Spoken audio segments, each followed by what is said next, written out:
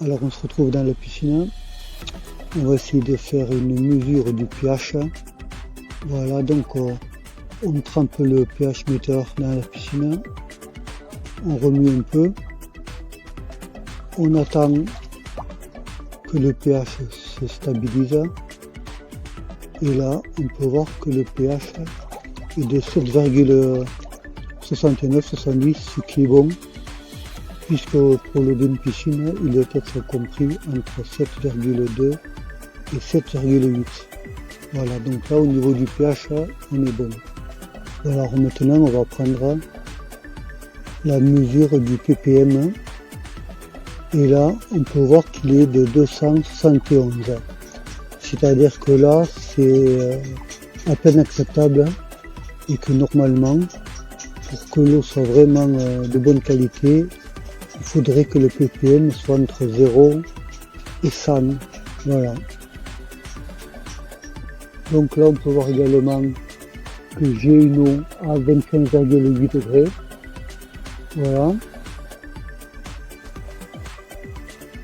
Voilà, alors pour la dernière mesure, qui est la conductivité électrique, c'est-à-dire le C, honnêtement, je ne comprends pas, parce que normalement, des valeurs normales sont comprises entre 1 et 4. Et moi, là, je vois que j'ai 539. Alors là, honnêtement, je ne sais pas du tout à quoi ça correspond. Voilà, donc c'était un petit aperçu de ce pH mètre électronique, hein, voilà.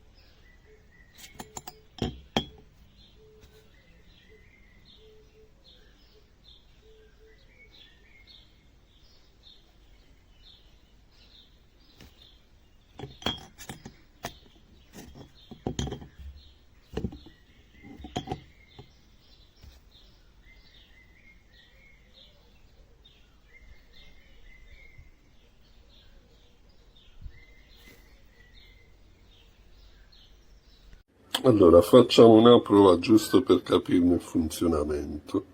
Questa è l'accensione. Ok, mettiamo un bicchiere d'acqua, vediamo cosa ci dice. Un po' di tempo perché deve assestarsi il valore.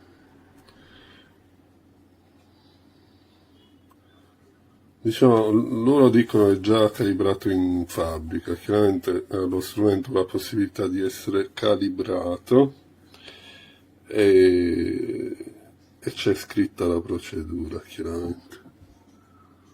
Va bene, sì, all'incirca è il valore che ci aspettiamo, sotto gli 8.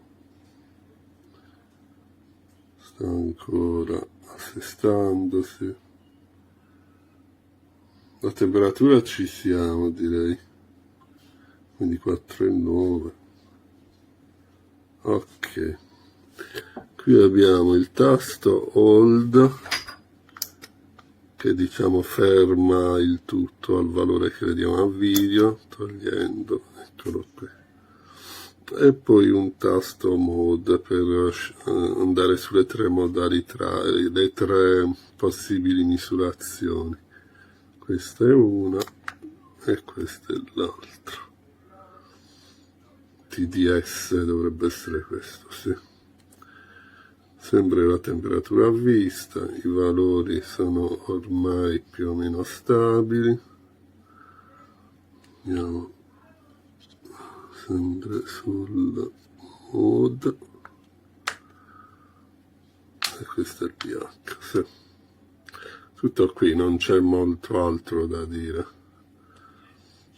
Si legge molto bene, display retroilluminato, le batterie a bottone vanno qui, basta svitarlo, spegniamo, e questi sono i sensori. C'è poi il suo tappo per chiudere il tutto dopo averlo asciugato.